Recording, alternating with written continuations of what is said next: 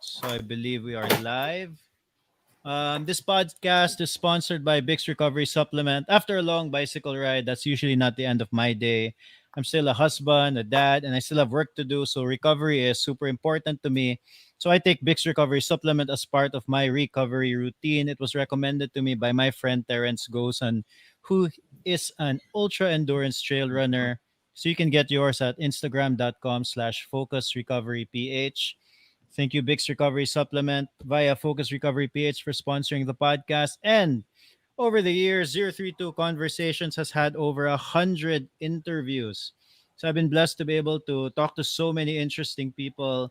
You can check out the interviews in the archives at 032.com. So welcome to the live stream of 032 Conversations. Today on the podcast, I have the pleasure of talking to Bernard Sia and Stephen Chian. For the past 2 years, I've been fortunate enough to be part of that End Polio Now Ride. It's a charity ride to raise awareness and funds to end polio now. No, correct me if I'm wrong, guys.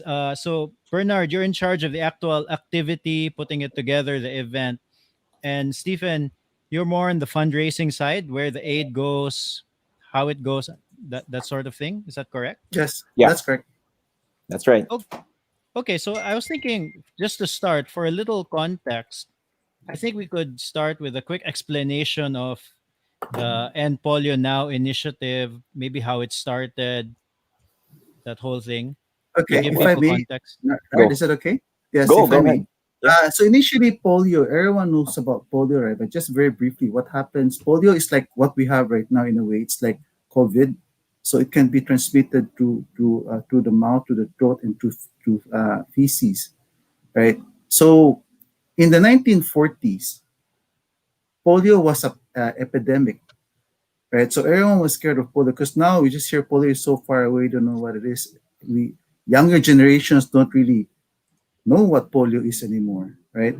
So in the 1940s, it was like COVID where there were lockdowns and kids have to be, have to stay at home, cannot go to school because of polio, right? And what happens is the virus would attack the nerves, and then there won't be any communication, as if like the electricity where the wire is cut off. So that muscle will degenerate. So that's why you see polio affected humans where their legs are skinnier, and some would go to the lungs and will go to the heart, in which the wire will be cut off. So that's why you have like iron lungs. They put people in a machine for them to breathe because their lung muscles is not functioning anymore. So it was at that time was people were really scared of this virus, right?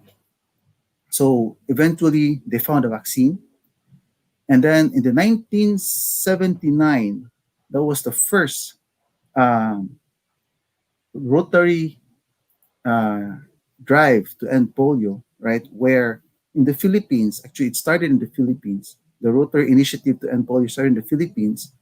It was, how do you say, pushed by then Rotary International Director Matt Carapaz, who is a Filipino, who is the director of the Rotary International. So in 1979, that was the first vaccine, first grant that was formed that started vaccinating people, children. So Rotary's first vaccination started in the Philippines, and throughout that time, they vaccinated more than 6 million children and spent around 760,000 US dollars. Right. So fast forward to now. So of course, keep vaccinating. Rotary partnered with WHO, with CDC, and with UNICEF, and has vaccinated more than 2.5 billion children and people already, right? And we have spent around 2.1 billion for the polio vaccine and for the expenses for the vaccinators. So as of this year, there's only two countries that has polio: Pakistan and Afghanistan, because just this year, Nigeria was declared polio free already. So there's only Pakistan and Afghanistan. So goes back to the question, like, which I also asked: polio is so far away. So why do we have to, why do we have to pledge? Why do we have to contribute to polio when it's already so far away? It's already in Afghanistan and Pakistan. You know, it's been we haven't seen polio in the Philippines for such a long time until last year, but that wasn't the wild, how do you say it? There's a wild polio, if you can call it, the one that's, aside from the vaccine. Anyway, so reason being, there's only a plane ride away. It's like COVID. It's only a plane ride away.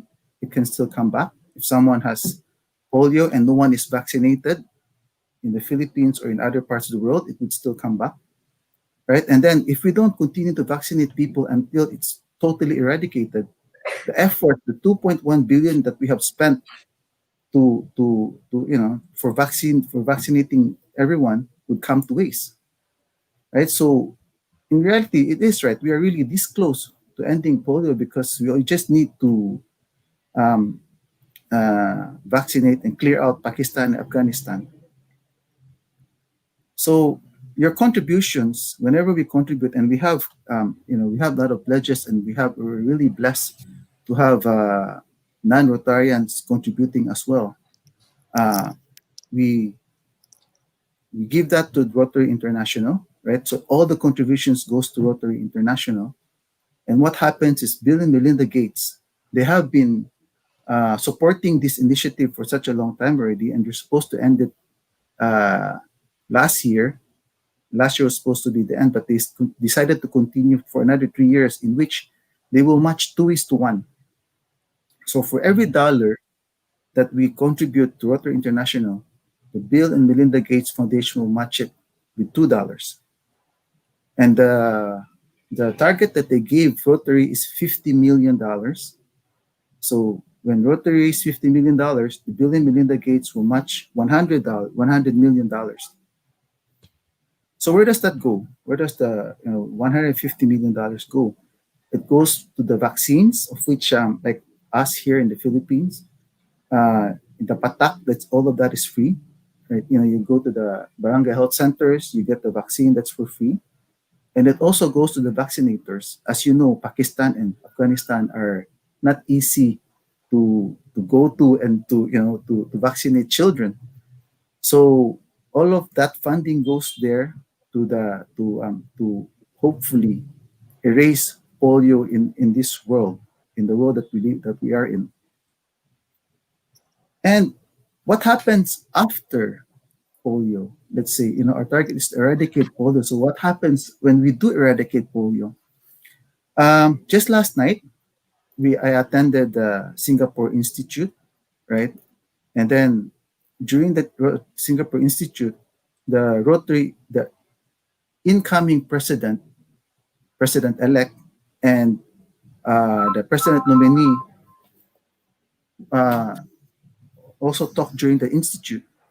And what they said that they're already in discussion with WHO and also with the board, that only Rotary has the experience. Only Rotary has the experience to vaccinate and know how to vaccinate and how to do vaccinations, because we've been doing it for almost 40 years already, right? So for COVID, definitely, whenever the vaccine would come out, we would also be there to figure out to help and to vaccinate and continue help with COVID. Yeah, And so actually, going back, yeah. I was gonna get to that. I was really curious about that because I was thinking, you guys have so much experience already doing it, and especially so katong when we did that round Cebu ride, no, and then you saw those people didn't vaccinate by their kids, and I'm guessing it's because it's some monetary limitations. They just can't afford it. That whole thing, and I was thinking, now with the whole COVID, uh, right now, but with the COVID pandemic, Murag, it's probably going to be pretty much the same, right? In terms of what you guys have been doing. Also, there's going to be people like in the city, like me and Murag, the vaccines available. Oh, of course, we get it right away. I mean, assuming it's safe and everything, no. But there's going to Mm-hmm, be mm-hmm, people sad nga, who just don't have that luxury, right? mm-hmm, And it's one of those things where we need to get everybody. involved. No, I Yes. don't know if there's anything that you guys have learned in terms of kanang, using vaccinating the polio, that might be that experience can be transferred to vaccination for COVID once the vaccination is actually there. I think it's more of the fact that Rotary already has the data, already has the infrastructure. We already know who to contact and the data. But of course, it still needs further study because the vaccine, the cost of the vaccines and stuff like that for COVID, right? So they're really working on it, but they are confident because we already have the infrastructure, we have the data, we know who to go to, and of course, it will be in partner with the same people like WHO, hopefully. But this is like my own understanding. But they just talked briefly that later on that is also the plan for Rotary to help with the vaccinations for COVID as well. Yeah, that makes the most sense. I mean, is it true? So you guys are the only ones who have been doing that polio vaccinations? It's with partnership with WHO, Okay, CDC, yeah. and UNICEF, right? So it's not just Rotary itself, but it's a team effort, But and Mm. hopefully, Carlo, yes, go on. yeah, on the contrary, when we did around Cebu last year, if you remember, we actually also worked closely with the OH. Mm. And for us in the city, you mentioned, diba, in the city, if we have a newborn, we pay immediately for the vaccination. But for the countryside and for the urban poor, Department of Health gives out the polio vaccine for free. And their biggest concern at the time that we were discussing with them last year, pre-pandemic, was there were no takers. Nobody. They did Mm. not get enough participation. They did not get enough people to go to the barangay health centers.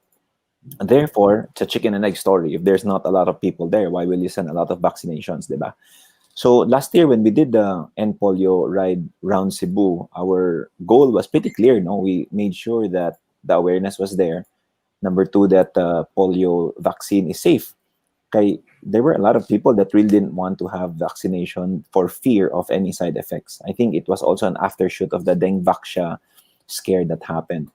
So where the funds that we did last year, it was totally different from the fundraisings that Stephen is trying to provide. So in a more holistic approach, when you give to the End Polio Fund of the Rotary Foundation, we are actually trying to eradicate polio worldwide. Meanwhile, any funds that we disburse locally from our club, from our partners, from our sponsors, they go to the logistics of being able to organize events to create awareness that the polio vaccine is safe. So when we did around Cebu last year, it was our way of symbolically telling Cebu Island, na, hey, get yourself vaccinated. Here we are going around the whole island trying to show you that, you know, here's a group of 22 cyclists who did the polio vaccine and we're all okay, we're all fine. And apart from that, behind the scenes, what the riders did not know was it took a lot of time to be able to organize talking to LGUs at that time to make sure that we bring in a lot of parents to bring in their children. So Mm. that's why one of the pakulo we had was katong the loot bags that we were giving out because it was nearing Christmas also.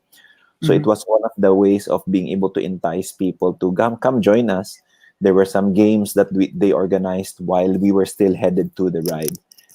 So contrary to what you thought last year, all of the vaccines were provided by Department of Health, Mm. and the participation of Rotary Club of Cebu at that time was really to make sure, number one, there's a lot of people that will go, a lot of people that have their vaccinations done.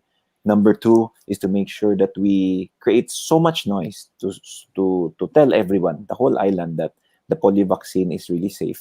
And number three, the pledging, which Stephen is in our club is in charge, goes to a goes to actually to a greater good, a more holistic approach of really ending polio long term, not just in the island.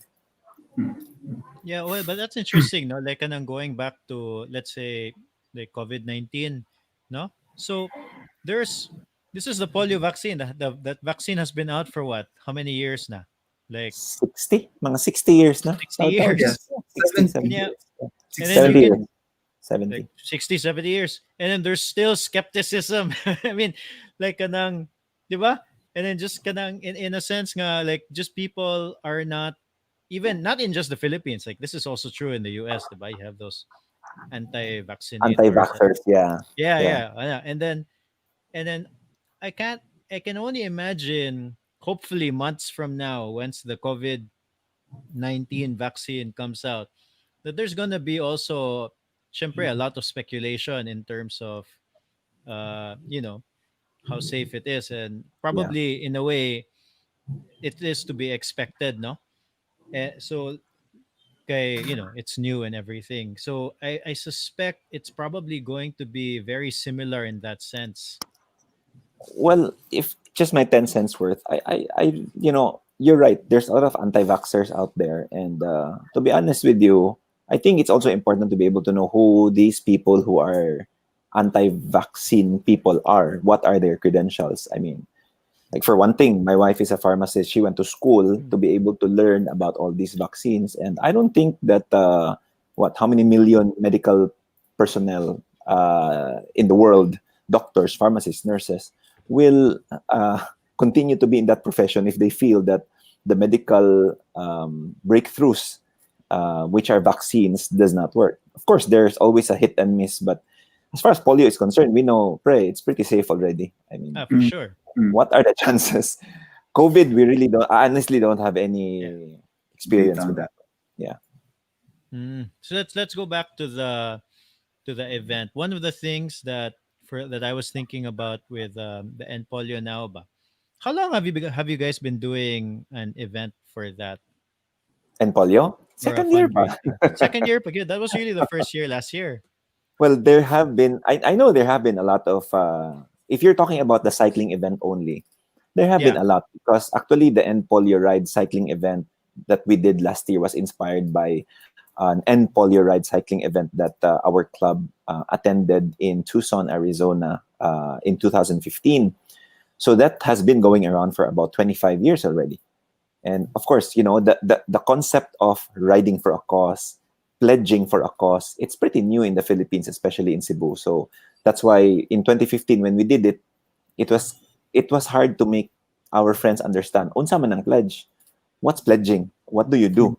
So it's like an effort. You pledge money to that person for doing an effort, and if that effort is realized, then that pledge becomes a donation. So Mm. enter September 2019 when myself, Stephen, or our then President Mike Torres, we heard about the polio virus coming back to the Philippines, and in fact there was 2 cases in Mandaue. So we said, oh, why not do something?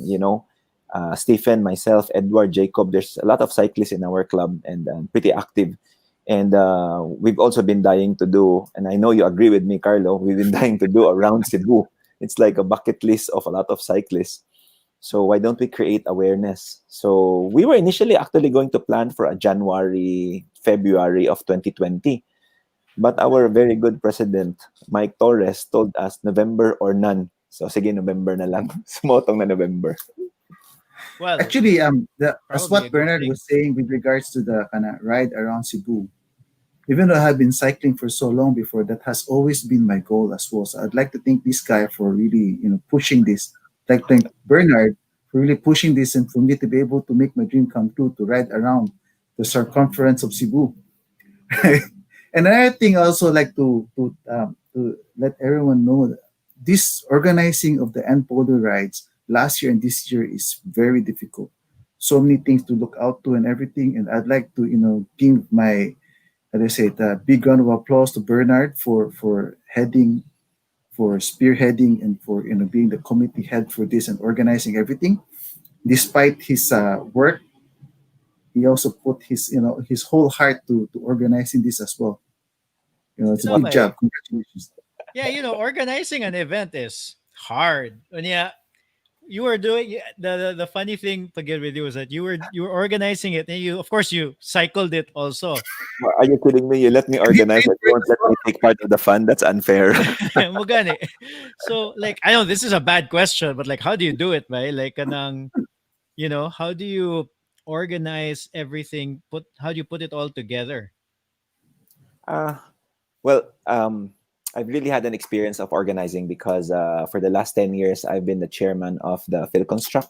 It's a construction exhibition that's held every June here in Cebu. And prior to that, I've had a lot of experience with our hardware association group because I'm in the hardware industry. So I think it comes second nature to me to organize something.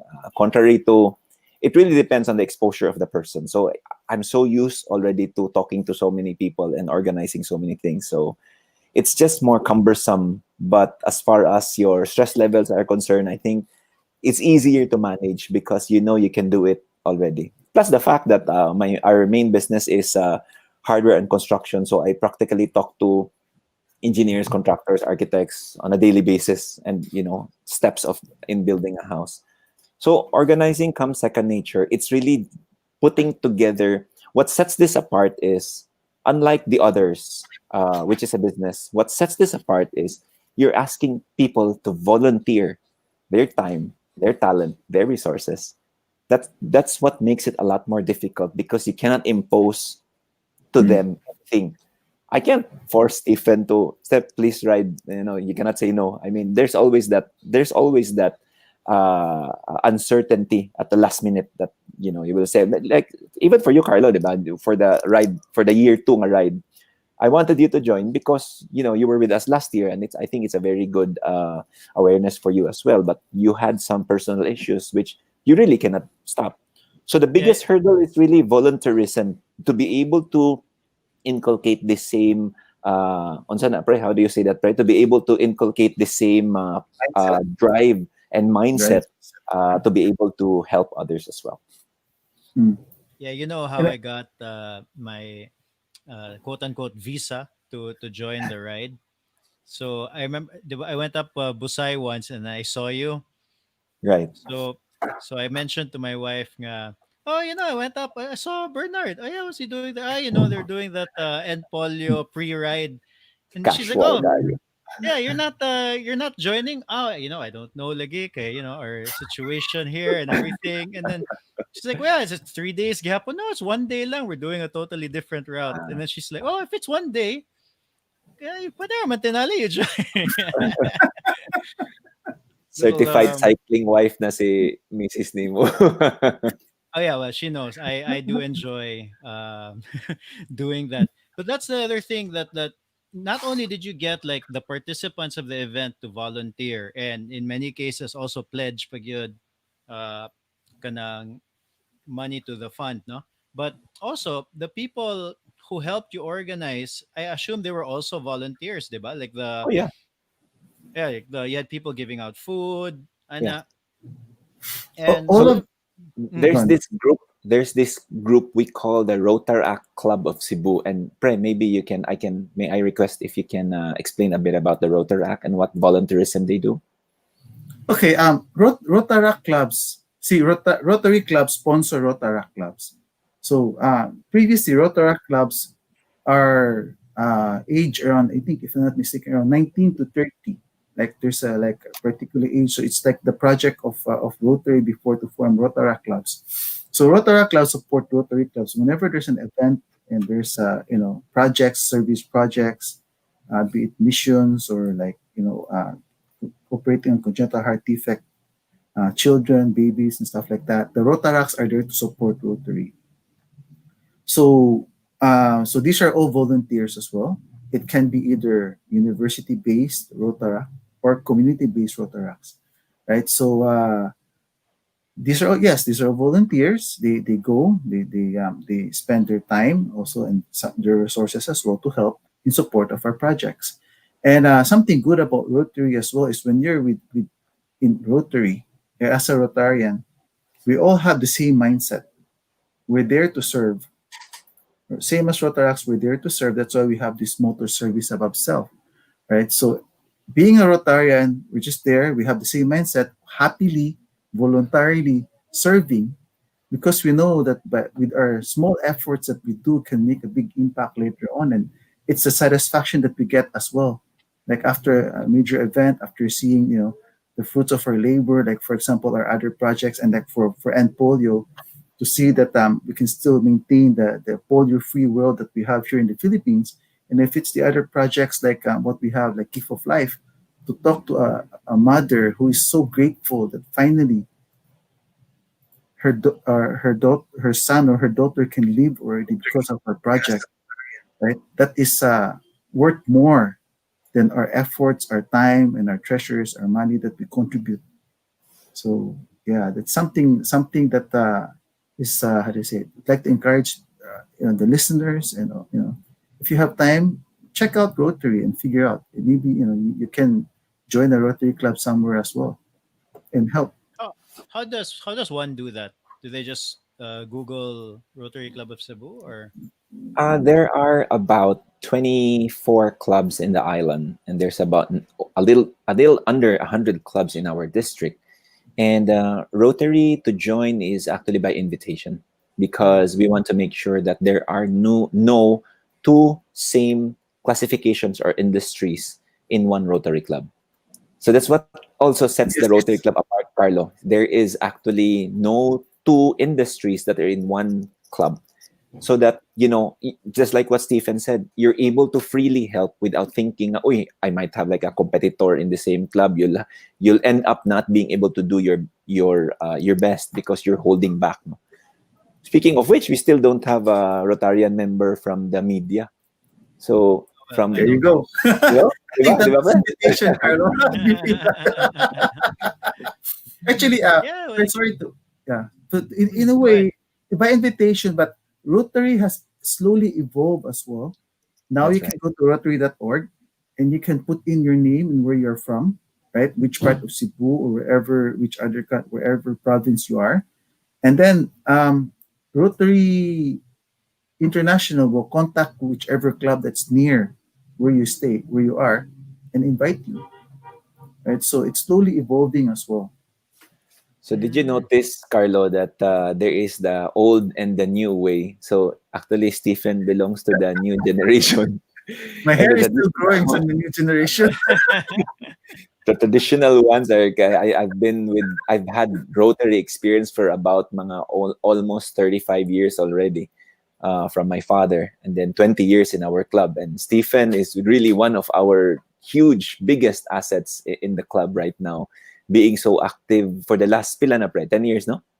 Wala pa. Yeah, 8 years, Yeah. 8 years. 8 years, yeah. That's right. Mm. Yeah, and another thing about End Polio, you've heard about End Polio Ride because we're cyclists, right? Yeah. But in our district, being district is in Cebu, Davao, there's General Santos, Tacloban, Ormoc, Dumaguete, Surigao. We also have other End Polio activities. There's some Zumba and polio, other fundraising. There's walk, there's runs and stuff like that.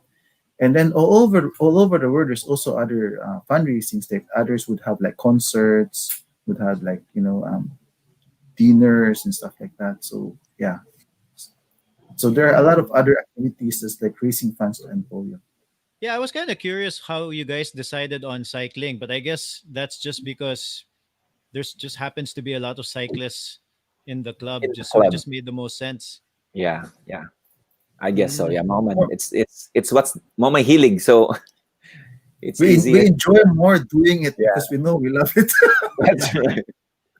Yeah, and one of the things that I appreciated said okay, so of course the End Polio now the 2021, it was a much bigger, well, bigger in a sense that there seemed to be more cyclists nga participants, 'di ba? No, Yeah. so a lot of people kanang murag with some expectations probably, and then I remember like towards the end, like some people were early to finish, and then they were expecting like those the medals to be given. Yeah, when they got there, like I was one of them actually. When I got there, walay tao, and then you realize you check the schedule. It was like dapat 1:30 na Maybe. no, and then I didn't want to wait. So I was so out of it. I was like, oh, I'm so dead. I don't want to wait here. No, that's but that's that's a penalty for being too fast. That's right. well, You should have slowed down. You're not maximizing your 12 hours. Oh, na. the hard one of the hardest parts was actually capital to capital to my house in Mandaue. Oh, yeah, that's right. I was like, but then but that, so there are some people that I think they were on like a Viber group chat. They were, in a way almost complaining. But then I appreciated how kanay ikaw, Bernard, you kanang murag, you stood up for the volunteers. In fact, they are, as you said, just as important as the participants of the actual event, no? Yeah. And I think that's one of the things when you organize big things like this, because you cannot do it yourself. You do have to rely on other people, and to many people, like to me, you were the face of that whole thing, no? Yeah. Like, Yeah. so it was good to see kanang you stand up for the people who really volunteered their Yeah. time to do it, no? Right. Right. Uh, Well, if you allow me to just give a shout out to the volunteers, because we can't begin to emphasize how important they are, considering that we are still in the community quarantine. That's one. Second thing is that there are no mass gatherings allowed. You will be breaking your health protocols. So we had to make sure that everybody had to be briefed, and also to make sure that our volunteers cannot be a lot. So remember, if it's more than 10, it's considered a gathering already. So can you imagine only having 8 volunteers, having 7 checkpoints, having to make sure that there's food for 112 riders? wait, I you only mean, had eight? Sorry, you had only had 8 volunteers for that? yes, we only No had eight way, really? volunteers. Yes. So you can't do more than 10. So can you imagine if you had 8 checkpoints? That means checkpoint number one had to finish, pack up, and go to checkpoint number five. They were the same people. And that's why I don't know if you've seen in our group chat that I can't begin to emphasize to them that we really had set a time for each checkpoint, because we can't be in all places at the same time. And if you also spread out too many people in too many places, then you will be creating some sort of gathering already.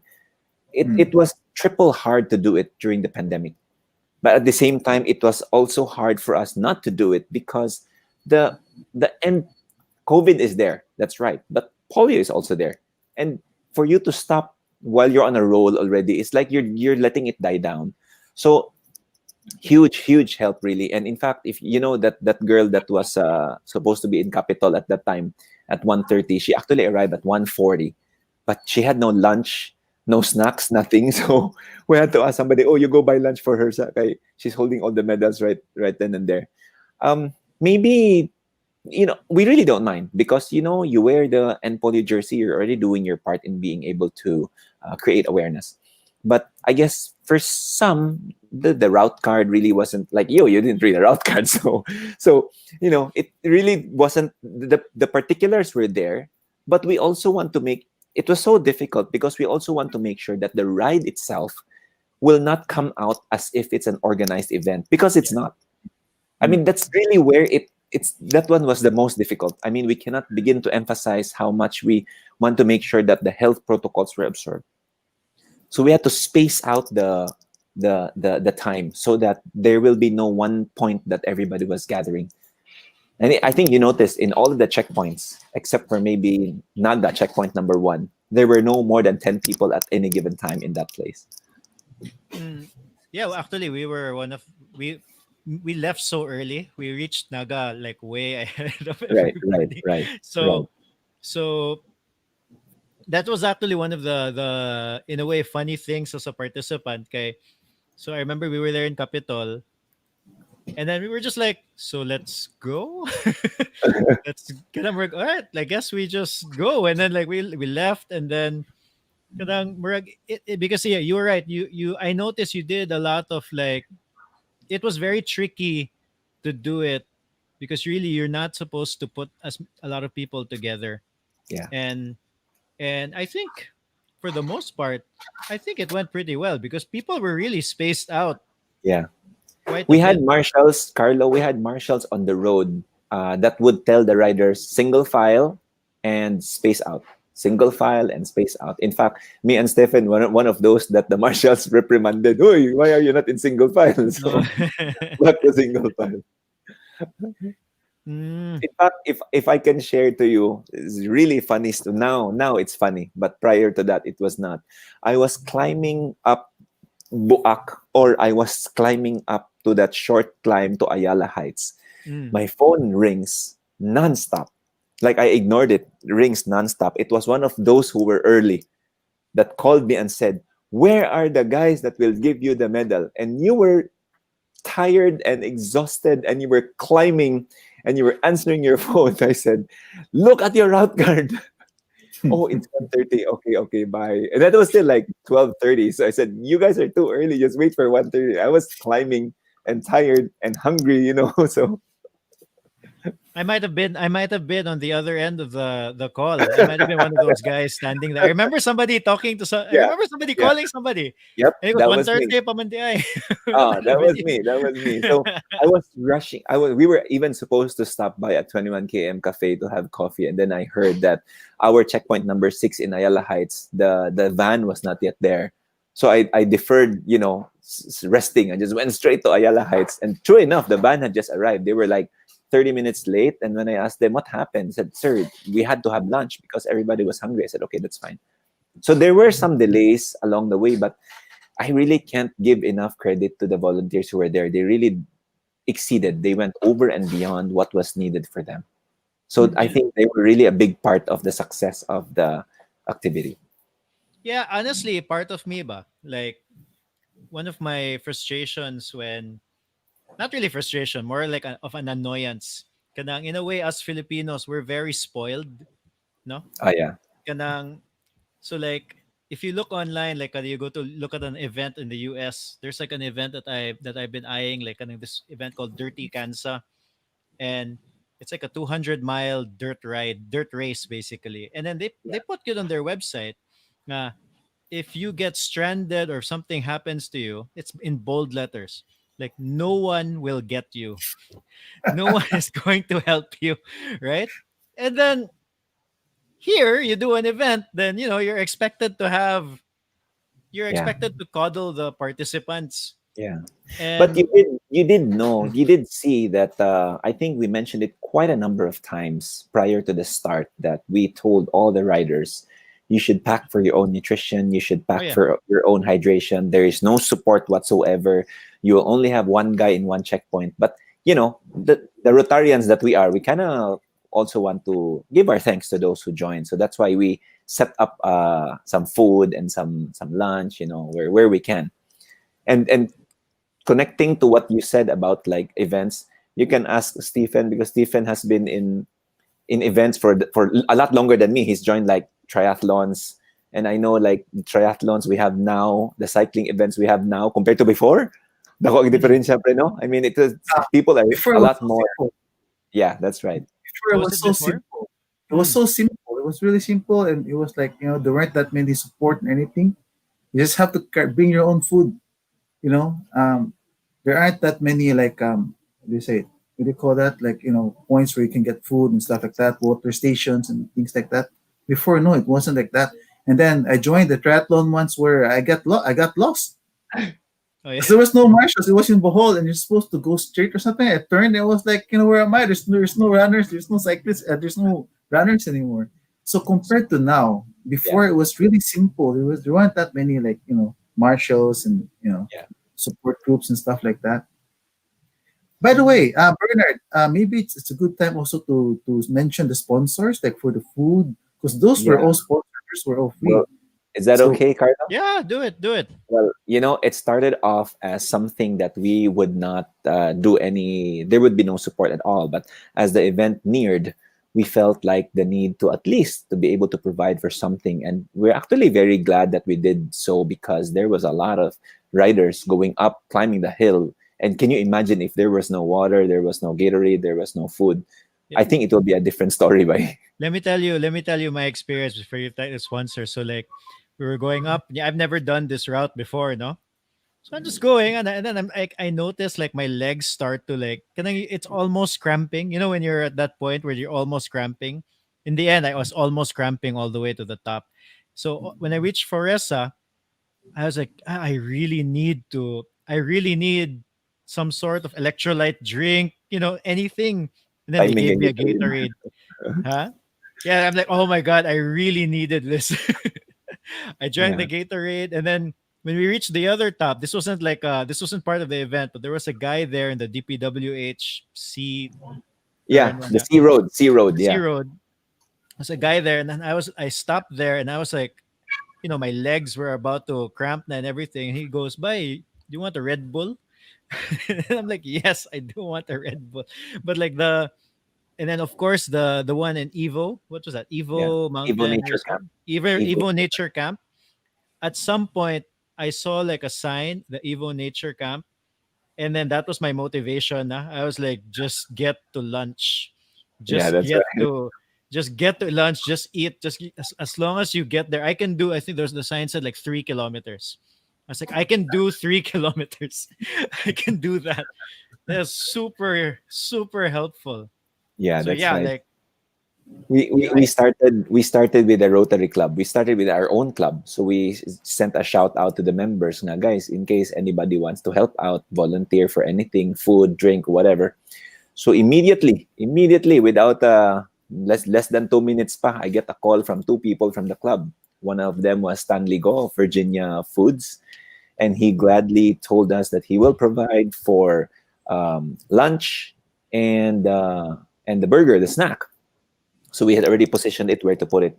And then we get another call from Jonathan Jesalem of Dunkin' Donuts. He said he's take care of all the donuts there and send some water and some nutrition as well. So it's pretty much that one. We were pretty much set already. And one of our past presidents, Pete Delantar, who is a really good friend of Edwin Ortiz of Evo Nature Camp, they had a call, and Pete calls Edwin and says, "Oh, Bernard will call you. He wants to ask something." So, okay, ako di ay. So I called Edwin. Edwin is the son of one of our really treasured members of the Rotary Club of Cebu, the late Mario Ortiz. I believe he was one of the vice mayors of Cebu way back, 70s. So I gave him a call. We know each other, and he gladly hosted for the lunch. He said, "I'll take care of lunch. You can you can use my place." The funny thing was, I initially told Edwin, can we just have it at the corner? Because I didn't want the cyclists to go inside Evo.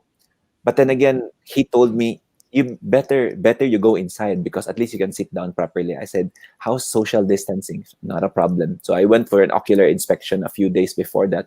Oh, the place was perfect. And contrary to what you said, it's only 250 meters away from the corner. It just felt like 3 kilometers, I think. no, no, there was a sign way Oh, okay. before the Okay. corner.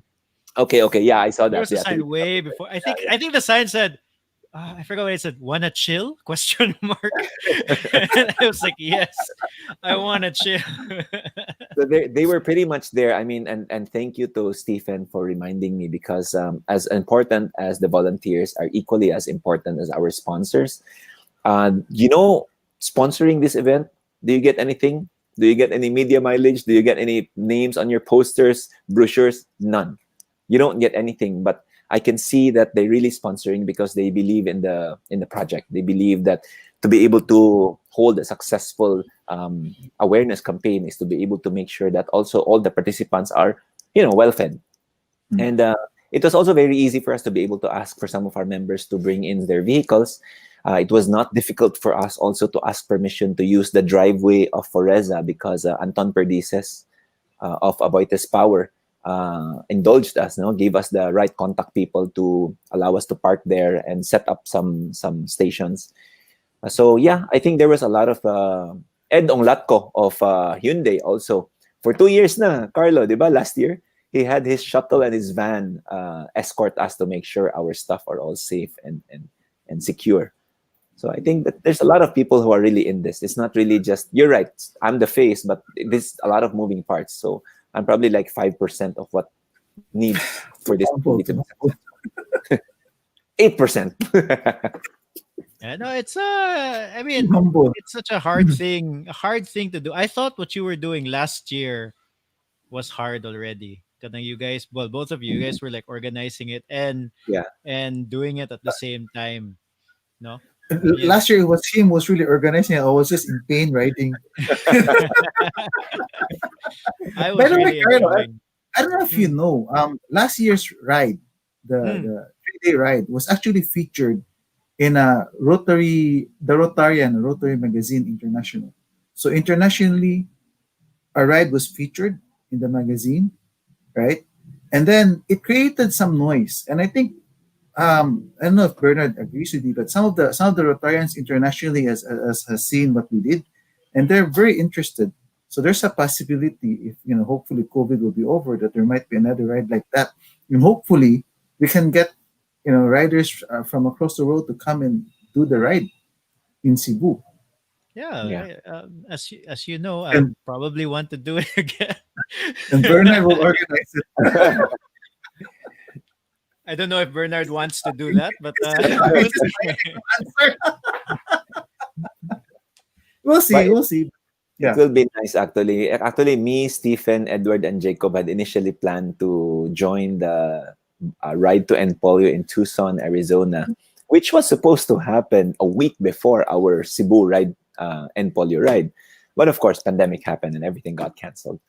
But it was supposed to be a 160-kilometer perimeter ride around Tucson, in Arizona. Yeah, I know you mentioned this a while ago. Kadang considering the situation, but like you mentioned something like about the momentum of the End Polio Now event, no? Pero from 2019. But what made you guys decide to hold it again this year? I mean, Well, especially this year, nga, it's really yeah. difficult. Well, there were three major factors affecting. There were a lot of factors affecting it, but three major ones were first and foremost, the club, our club, since the start of the pandemic has, and I take my hat off to Stephen, to Bobong Castillo, to Mike Torres, to Edward Tanting. There's just so many members of our club, and a lot of other clubs in the district, and a lot of other Rotary clubs worldwide that have done non-stop activities to be able to help try to flatten the curve.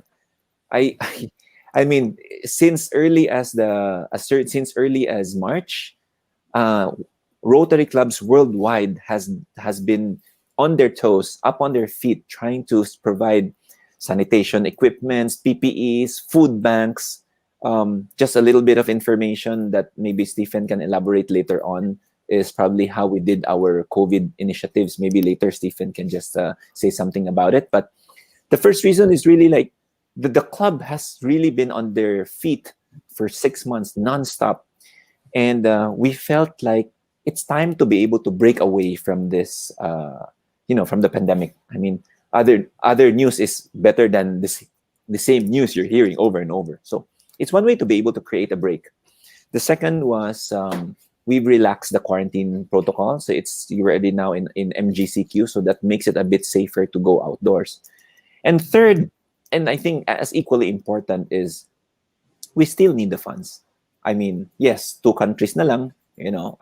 What is two countries? But imagine, let's just like what Stephen said, it only takes one infection to fly to one country, and it will start another, catastrophe. So try to do it. We've done it once. We know we raised something like $5,000 last year.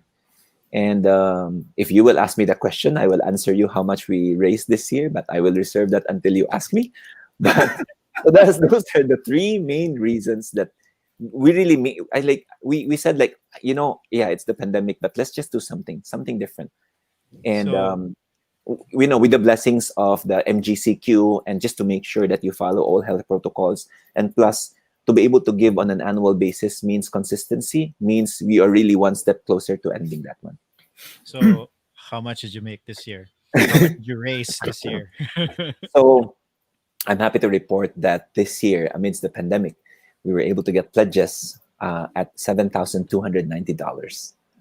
Oh wow, more than Wow. last year, huh? A lot more than last year. A lot more people giving. A lot more people giving smaller amounts compared to last year's fewer people giving bigger amounts. And with the volume of people that gave, it gives you renewed hope to see that, oh, these people, but there are a lot of people out there who give 300 pesos to the End Polio Fund as equally important as the ones giving 50,000 pesos. Because you know that hard times karon, and yet they still give. I think and I think one of the outputs of the ride was really, you see that people are coming together to help. You see that riders, they pledge. And in fact, one of our, I didn't have permission to say her name, so I'm not going to say it, but one of our riders actually told her friends, for every kilometer I finish, you give me 10 pesos. And she finished the 115 kilometers. And she raised, in pesos, she raised almost 50,000 pesos. Wow. That's $1,000. No? So it's amazing. And she's a non-Rotarian. Mm. And I'm happy to also say that of the amount that we raised, about 35% came from non-Rotarians. And that number was a lot smaller. Last year, only about 15% were from non-Rotarians.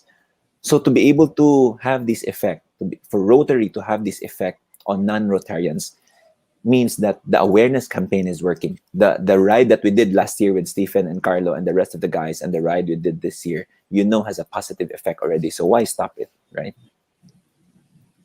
Yeah, so that actually ties into something that I was also curious about. So like how does the how I don't know if you have an answer for this, no, but like how do you get people to care about a cause, for example, or how to raise money for something like that? Let's say, for example, I wanted to do a charity ride, whatever. And like, how does that work? How did you get people to pledge? No.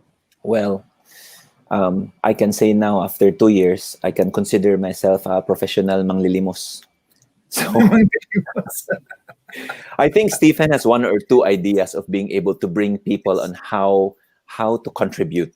But as far, and maybe Stephen can share also after I share. But as far as I'm concerned, my experience is really just to, number one, be truthful in your intentions for this, for any endeavor you're going to do.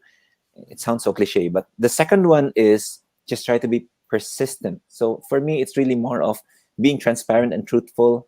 What your objectives are, clear it out, and then be persistent. In if you want somebody to join, whether you want them to join, whether you want them to share their time, their talent, or resources, if you are persistently knocking on their doors, if they're not gonna give it to you out of voluntarism, they will just give it to you because you're too persistent. So, I mean, Carlo, how many times have I reached out to you for this year? I think 3 or 4 times until you said yes, right? Oh yeah, So, and I wanted to go. oh, di ba? But No. I just couldn't tell you if I I could. even told you, Carlo, you have not yet confirmed, but I already had your jersey made for you. So, positive thinking. And I think Stephen also another, is a Stephen has a really really good sense of being able to bring funds in as well, and he's been doing a really good exemplary job in our district in Rotary Club. And maybe I can ask Stephen to share what he's been doing also. I think if I may add, Bernard, another thing's integrity. I think that also plays a very big role. Like if you have integrity and people see you and you ask them, for pledges and they know you're a trustworthy person, then they will Yeah. definitely give. And as long as you explain properly what the cause is really about, like where the money really goes and like what the cause is and stuff like that, you know, um, yeah. So people will pledge and will contribute. As for me, my role in the district, I'm in the DRFC, so District Foundation, Rotary Foundation Committee, and in that DRFC, I'm a district fundraising subcommittee chair. So aside from polio, so polio plus, all the contributions from to polio goes to polio plus. Aside from polio plus, there's also the annual fund. Or basically, what the annual fund does is once it's contributed, it comes back to us, and then we apply for grants. So these grants, you cannot just apply any grant, any they say area of focus we call it. There's 6 areas of focus, so we will have instead of like scattered everywhere, everyone will do this, everyone will do that. So at least we have focus in 6 areas of focus. So it's what wash, water and sanitary. There's a maternal child. There's disease prevention, and then there's economic development. There's conflict and resolution. Is that 6 already? Anyway, Hmm. uh, yeah, and then education. So I approach Rotary clubs, approach Rotarians to contribute and to donate, and from there the funds come back, and then we partner with foreign clubs, other Rotary clubs all over the world, and then we do projects. So, like with our club, we have done the mobile blood bank, of which it's in partnership with the blood bank, the one in Vicente Soto. So it Okay. goes all around Cebu, collects blood. Like example, if you have a company and you want to do blood donation drive, so that van will go there collect all of the blood instead of getting your employees to to the city or whatever. We go there. So that is from a global grant. And then, of course, our gift of life, where we operate on children with congenital heart defect. Normally, it costs around 500, 300 to around a million pesos to get operated on. And, those some of the other Filipinos with the other, they don't have 300 to just spend immediately. So with this grant, everything is free, right? Um, yeah. So we also have TechBook Global Grants, where we sponsor Pai Pai National High School, which is in Bantayan, and there's Mm. another one in Tabuela, where we set up all of the equipments for TechBook. So yes, we've been, so with that fundraising, it goes there.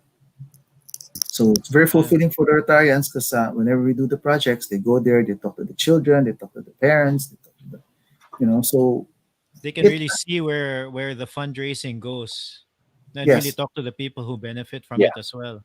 Yeah. yeah. And that also helps to the one that's giving. You're helping the one that you're helping the person that's receiving the recipient, but the giver himself, the changes that they go through, and as I say, the satisfaction, the gratefulness, and the, it's different. It's like sometimes I don't know if this is a bit too out of the out of line or out of the topic, but anyway, nowadays people tend to be pretty self-centered.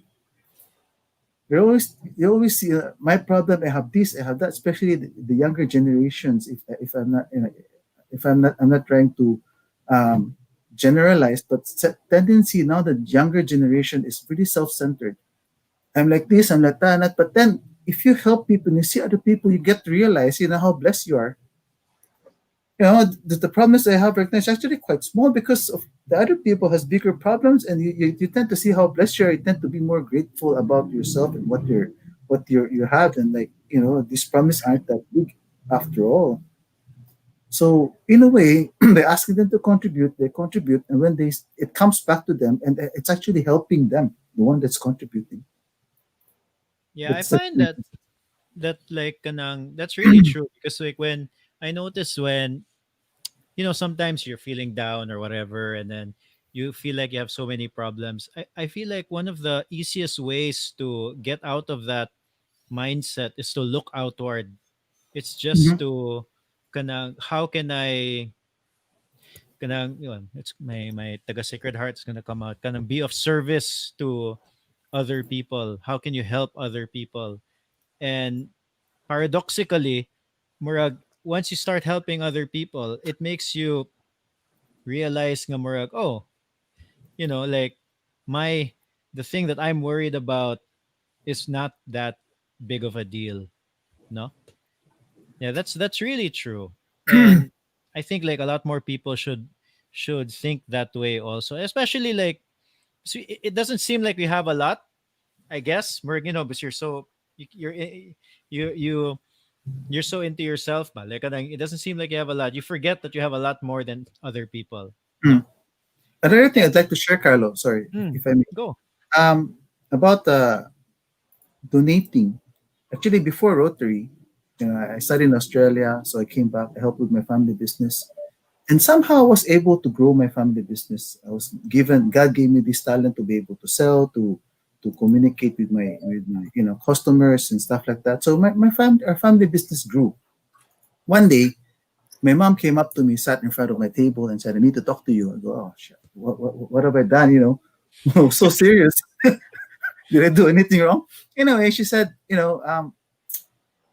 God gave you this talent to be able to grow the business, to be able to thrive in this industry. So it is your responsibility to give back.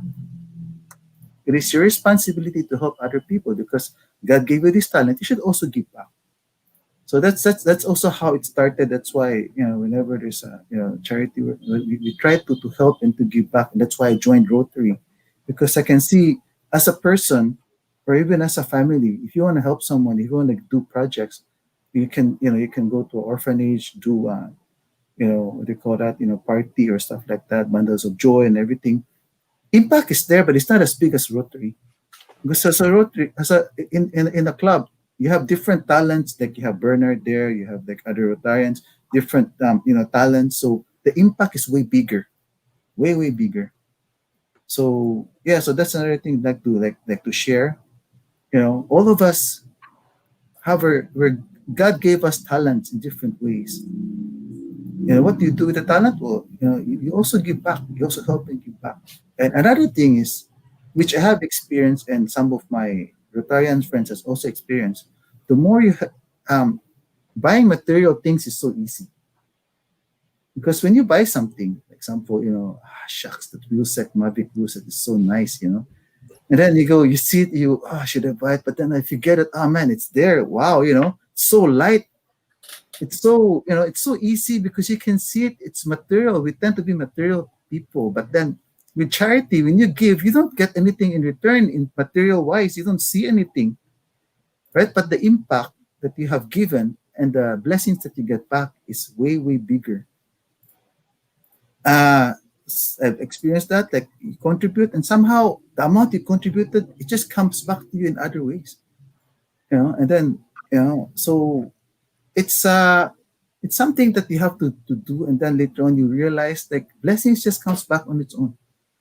Mm. Yeah. Speaking of kanang impact, so when you guys were planning the End Polio Now Ride, this 2021, I'm just curious. Like in the beginning, did you guys have any expectations? Like what would have constituted to a successful fundraising? Well, there are three things that we also look at to see if that specific activity is successful or not. First is attendance, second is the awareness, and the third is the funds it has reached. The only intangible is actually the awareness, because you really won't know until you get the statistics from DOH if there's an increase of vaccinations. But for the two, it's very tangible. So we said, basta we have 3 riders, okay na. And then our Mm. goal was actually, as far as fundraising is concerned, our goal was we had an agreement with our district director that he was saying, like, we also want the other clubs to be able to increase their fund participation, not necessarily the amount. So it doesn't matter if they give $1 or $2 or 20 or 200. But for every club that also pledges to the ride, whether it be $1 or $1,000, our club will put in $50. So our district officer said, "Oh, sige, let's do a goal of 60 clubs that will join." So the target was $3,000. $3,000 of pledges, 30 riders, and then we're okay. We're very conservative kay pandemic lagi. Mm. So I already told you the results. So Yeah. yeah. All right. Well, guys, thank you so much. Okay, we've been talking for over an hour now. I thought this came up when we were chatting. Maybe one way to end is, what is the four-way test? Oh, so that's the mantra of that's the mantra of Rotary International, and it actually the four-way test is, of all the things we say and do, we follow the four-way test. And the four-way test means you have to, whatever you say, whatever you do, make sure that it is the truth. You ask yourself the question, is it the truth? And then the second one is it fair to all concerned? And the third one is, will it build goodwill and better friendship? And the fourth one is, will it be beneficial to all concerned? So it's actually, it's a way of life that Rotary wants to inculcate in all of its members, and hopefully in everybody also, because I think, di ba pre, you can easily apply that to your way of life, to how you deal with your family, to how you deal with your business. There Mm. are some other groups man that will say, like example in BCBP, it's be honest whether to be honest even cannot or others will not. We have our slogans, but with Rotary, it's really being able to foster a more holistic approach in life. That what your life in Rotary is should also be your life when you deal with your family, with your business, with your work, with your profession.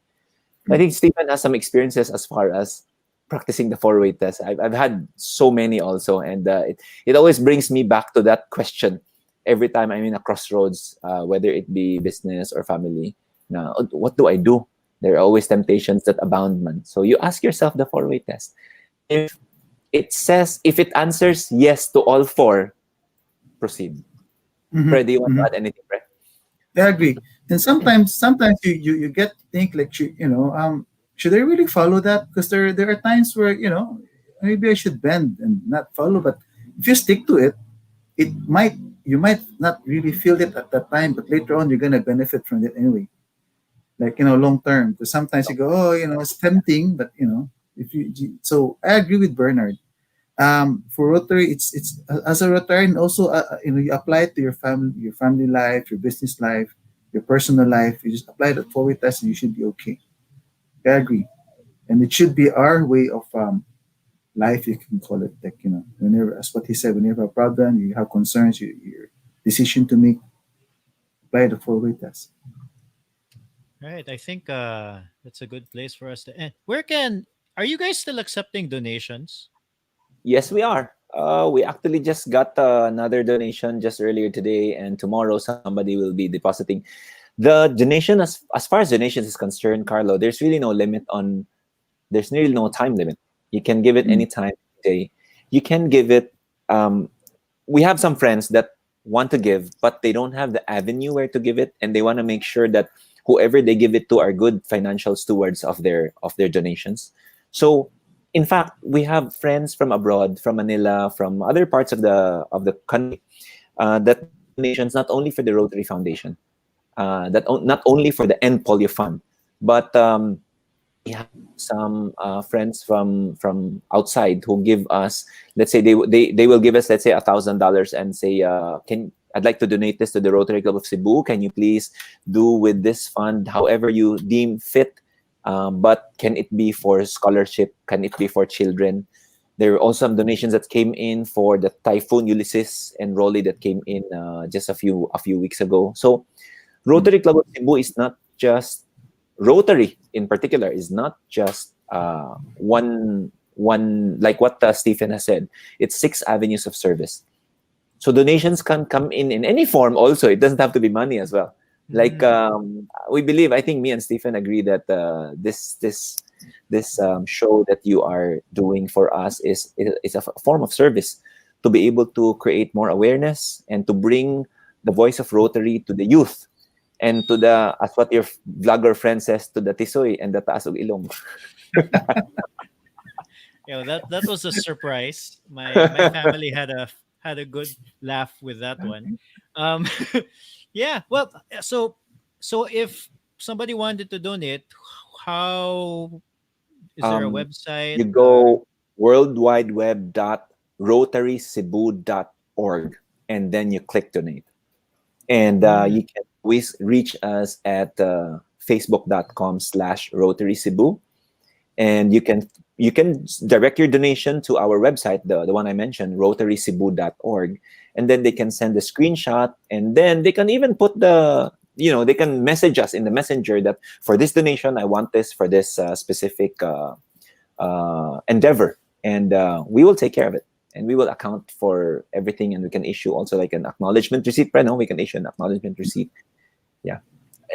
To be able to understand the mechanics of Rotary International's Rotary Foundation is a whole new interview that will last maybe at least 2 hours. So I don't think this is the right venue for that one. But I think I hope you'll allow me to say this, that Stephen has really been an instrument in being able to bring more people to help in their resources, because despite his very, very busy schedule, he's found time to be able to brief so many Rotary clubs of what the Rotary Foundation is all about. And maybe one of these days, if this topic would interest you, maybe we can either send you a video of of the recording of what he said, or we can, you can get him as a guest again. Yeah, no, definitely. Well, not right away. Give it a couple Yeah, of months. right. No. Yeah. Yeah, Yeah, I'd be happy to talk if you invite me to talk about the foundation.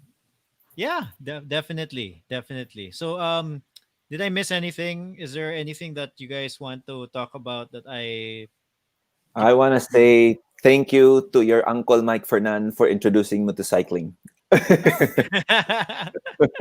I'll make sure to tell him. Plugging. Tito Yeah, Mike. No, it was Stephen. Go ahead. just lastly, Bernard has been very instrumental as well, not just for the End Polio Ride, but also for our club, like for the COVID response. He has been so active, going contributing, bringing the PPEs to the hospitals and to the barangays. Whenever he sees, every day he would check the statistics where the COVID cases were. That was during the hype and when there were so many cases, which barangay in Cebu, in Mandawi, or in Mactan, or be it the jails, he would personally go there and deliver all the PPEs, to make sure that the the cases will be controlled, right? So there will be no spread. So aside from that, he has also been very instrumental with our other projects like the Gift of Life and taking care of the doctors that come in, taking care of the patients, going to visit the patients, the possible candidates for operation. So he is a true Rotarian, and he has, as we say, Rotarian service above self. This is the guy who has really, applied that motto and really put it in effect, and gave a lot of his time just in with Rotary, and also with his bike, schedule with his running and cycling. I don't know how this guy does it. That's why he's called the Bionic Man. Yeah, kudos and hands off. Bernard has really been a Thank you. really true. All right. Sige, I think that's a good place for us to end. Thank you guys Okay, for Carl. Thank you. indulging me in this conversation. I'm gonna end the broadcast, huh? Thank you.